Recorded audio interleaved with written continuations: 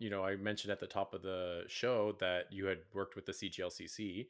As you know, this is how we met. I did a mentorship through the Young Entrepreneurs Mentorship Program back in Yes. 2019. And I had a mentor who, the one thing I retained was, and he said to me, his name's Charles McKee, and he was like, you want to make sure that you operate your business the way that you operate as a person. And that to me was such an impactful statement because in my, when you're young, like, and I was only a couple years into geographic at the time, like I just hit 8 years and I was, yes, thank you. Blowing That me was me home. applauding to the listeners. All 10 of them.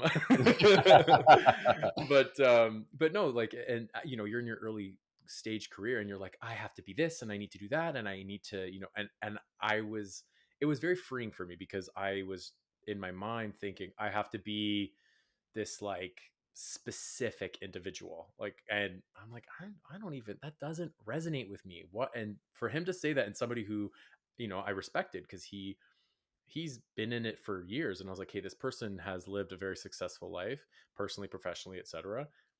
I don't need to be afraid to be myself and to step into who Geo is, both as a creative and as the human being.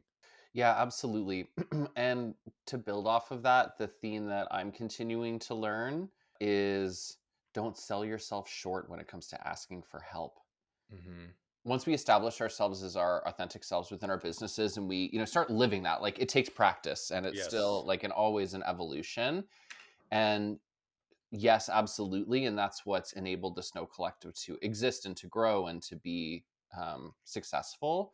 And the other thing that I learned in that is like, okay, once I authentically know who I am, I also now can't like sell myself short or play small or think that, this person's so much more senior than me or they have their Yeah. business is so much bigger than mine.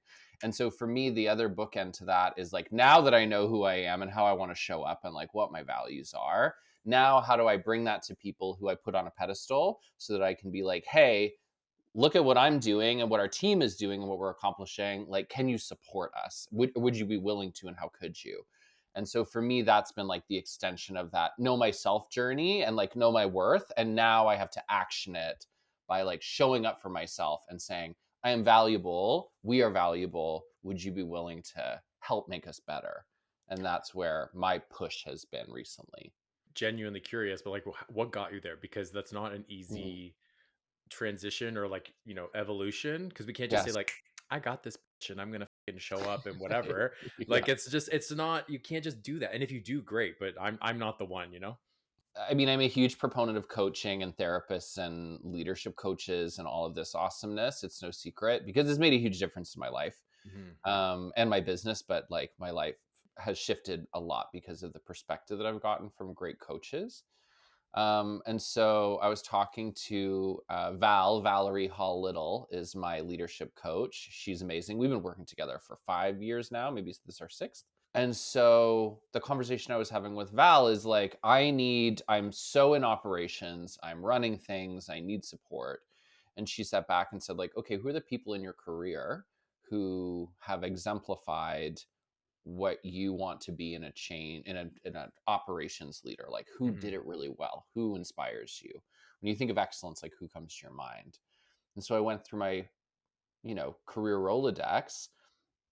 I said, Jenny Simpson, we worked together at TBWA. She was my boss. She ran the digital department. She was like restructuring $30 million ad agencies globally. Like, she's a boss. And then Val was like, how would it feel to pick up the phone and call her and have a conversation with her about how, she could support or pick her brain or whatever. And I probably hadn't talked to Jenny in like 10 years, probably hadn't seen her in a decade. And so we ended up getting on a call and reconnecting. And I told her where I wanted to go with the Snow Collective and the challenges that I was facing. And that turned into dinner, which turned into me being like, do you want to come in as a fractional chief operating officer? Like, the story I'm telling myself is like, you're too experienced and you're too expensive. And and she came and said, like, these are the kind of projects I don't get asked to do very often. And I love them. And I would love to come in and help. And so for me, it's just about getting that initial push from someone who can take you out of your own internal narrative. And then Hmm. once Jenny said yes, I went and I asked a sales leader, Linda Kern, who's coming in to help us with sales. And then we're bringing in a fractional CFO. So now I'm like addicted to asking really good people for help. And they keep saying yes. So I'm like, amazing momentum.